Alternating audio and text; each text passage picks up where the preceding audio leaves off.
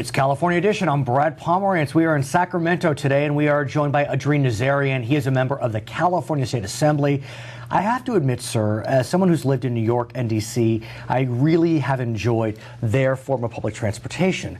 They have subways, they have taxis. You can just call a taxi. But all of a sudden, now I can call a taxi of some form in Los Angeles and have. There are a few companies. We know them. I'll say them: Uber, Lyft, whatever it may be. It's been great.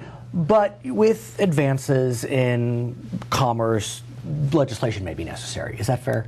Very fair. Sometimes, well, that's what happens. Industries pick up, and it's through great innovation and advances that certain industries are propelled. Right.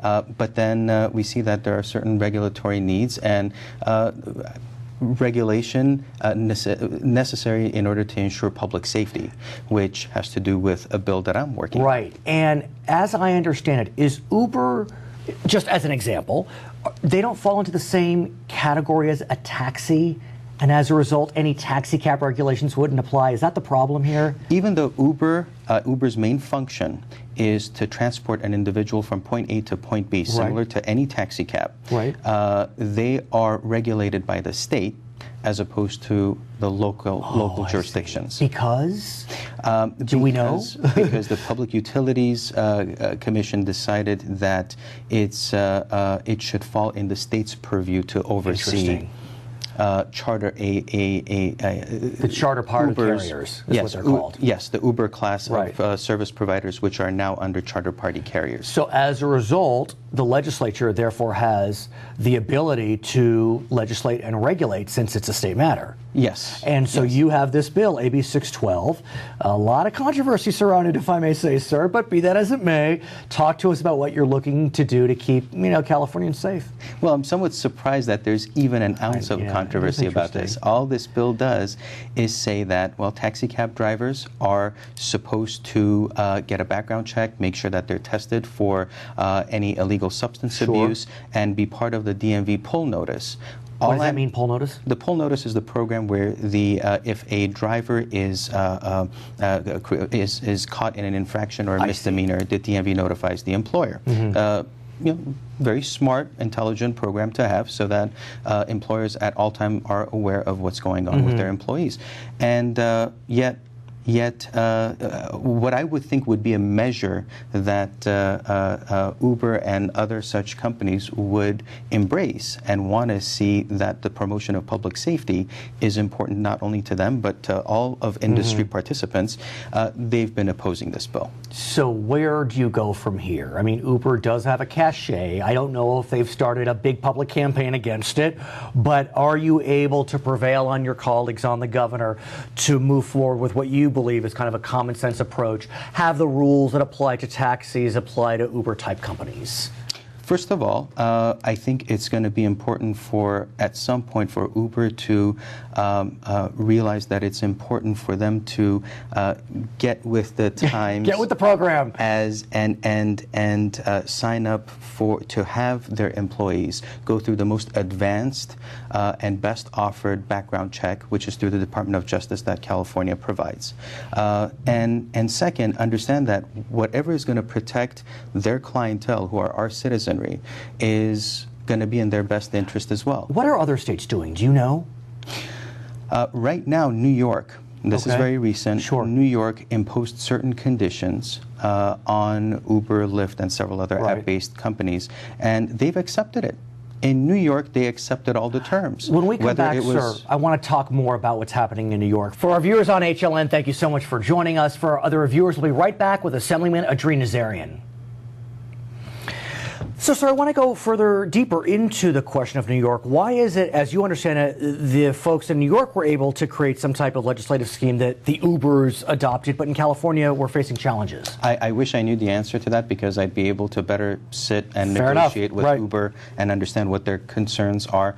But in New York, they accepted all of the demands that New York wanted, which included not only the public safety provisions of background checks and drug testing and the pull notice program, or their version of the pull notice program, but also the insurance component. And let's talk about the insurance component, because I have heard rumblings, in the newspaper or on some fellow journalists talking about it.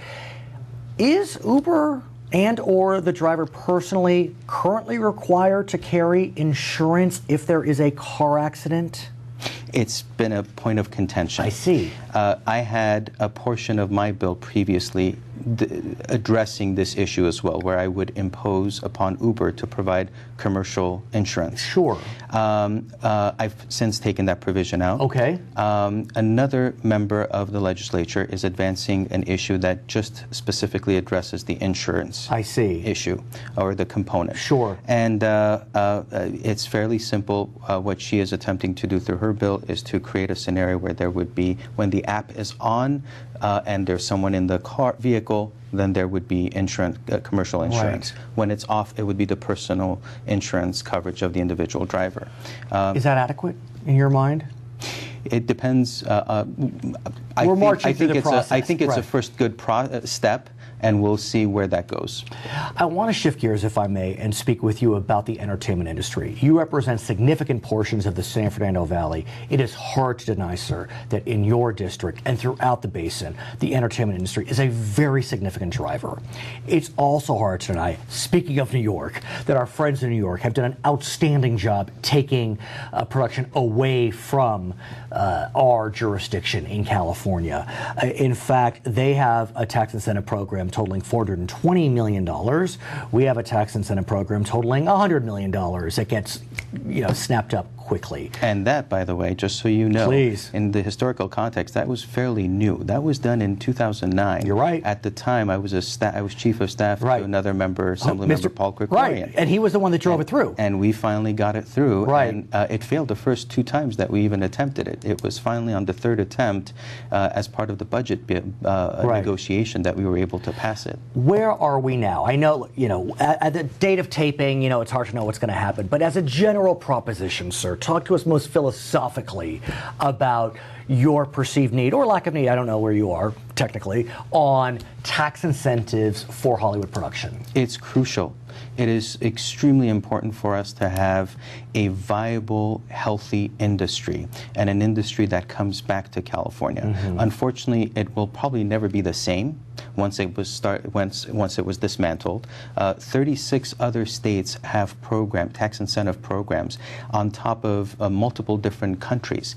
Canada started this over 30 years ago, and they've been very successful. Here's a challenge, though. This chief legislative analyst expressed a concern that as it relates to these tax incentive programs, specifically for Hollywood, that we're kind of creating a race to the bottom, that everyone is so desiring Hollywood jobs, that the programs are getting so aggressive that it's really not to the advantage of the state at all. Well, the reality is this. If you are taking it in macro, if you step back and look at it from a 30,000 feet view, unfortunately, there's a lot of truth to that where it is a zero-sum game, and we're going to be hurting each other in the process. Eventually, what will happen is California and New York will settle having the lion's share of the market. Right. But until then, many states are going to compete. But now the reality when it comes to my district, you can't say that when it's taking the opportunity of work away from some of my families. How do you convince, for example, your North State colleagues, your Central Valley colleagues that don't really see a lot of Hollywood production, that this industry should receive what some call corporate welfare? Well, at the end of the day, it helps keep families here who are working in the industry. They pay taxes, they pay property taxes, and those revenues end up going in and ensuring that certain programs are offered in the northern part of the state. North State, certain programs in the central part of the state. So at the end of the day, the revenue that this industry generates helps us all. It doesn't matter where it's generated, but it helps our state in its entirety. His name is Adrin Nazarian. He is a member of the California State Assembly representing the beautiful San Fernando Valley. My name is Brad Pomerance, and this is California Edition.